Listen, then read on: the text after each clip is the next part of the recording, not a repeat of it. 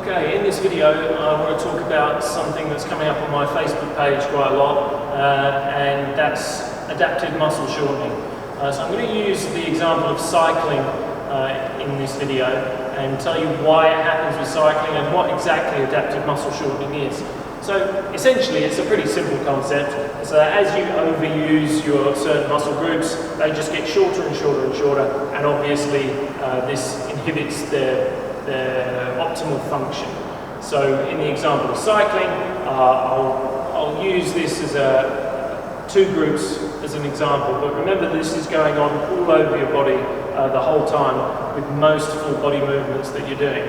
Okay, so for cycling, obviously your legs are doing something like this as you cycle, and so you're overusing this hip flexor. It never really gets stretched out, so it shortens. But you've got the same thing with your glute as well. So as you push down with your glute, you bring this up and then you push down into hip extension. So this is getting contracted here, but then you're not really going very much far past there like you would do in a sprint. Maybe your knee would go up here, you get a good stretch in your glute. So when you're running, which is what we have primarily evolved to do, run and walk, to other lesser extents, throw, perhaps throw a punch as well, kick, that sort of thing. You're getting this rotation of the thoracic spine, and then also you're building relationships all over your body, reciprocating from your right and your left side as you bring your legs through. So with this reciprocation comes an optimal stretch at the same time. So if you're running, particularly sprinting, you're also stretching. And it's the same goes for any kind of fundamental exercise or evolved biomechanical human movement that we do. They're not only an exercise, but they're a stretch in themselves. So it's like if you see a slow motion of a cheetah running on a nature program, you can see that they're stretching, contracting, stretching, contracting, stretching, contracting.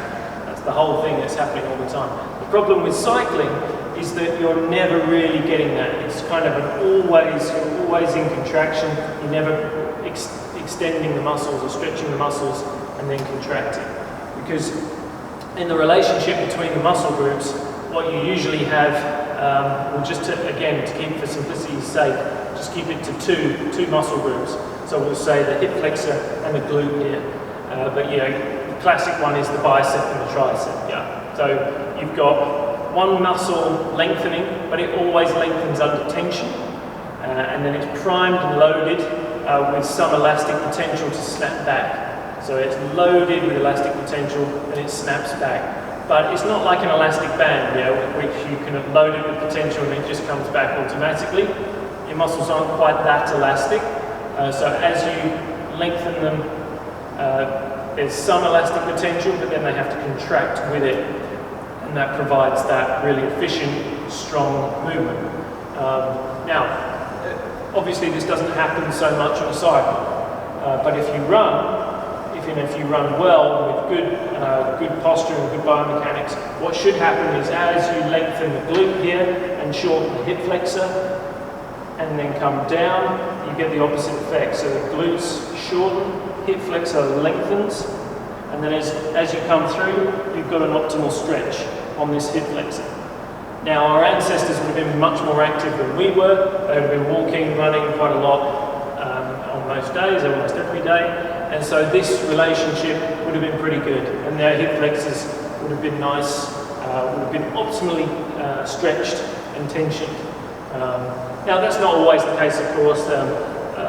There have been people dug up from thousands of years ago with many of the same problems we've got today.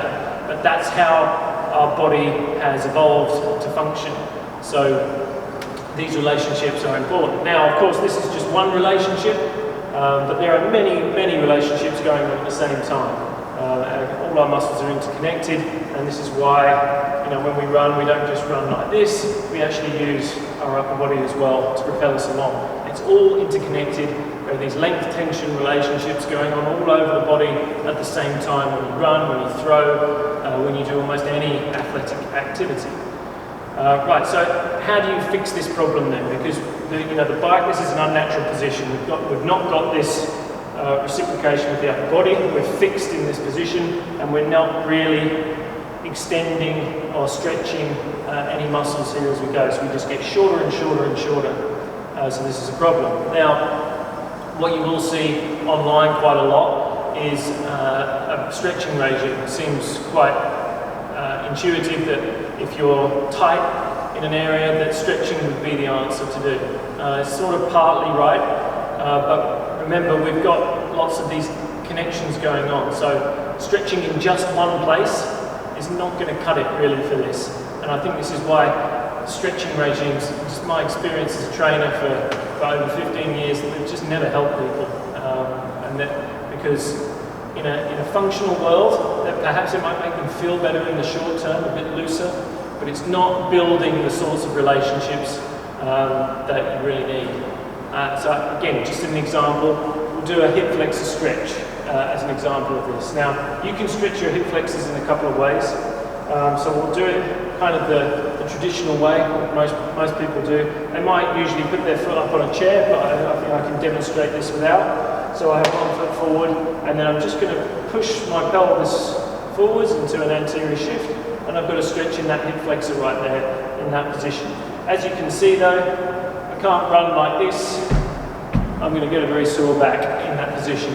So what's the point of stretching the hip flexor in that range? You're never going to get there in a run or a walk, and you're certainly not going to get there in a cycle. But more importantly, in the running stride, you're not going to get there.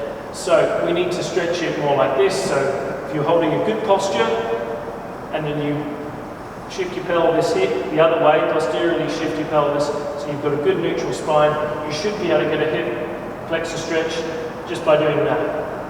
You might not believe that that's stretching just as much, if not more, and actually further down the leg as well than the first stretch. So that's a proper integrated hip flexor stretch, and the key here is that it's an exercise.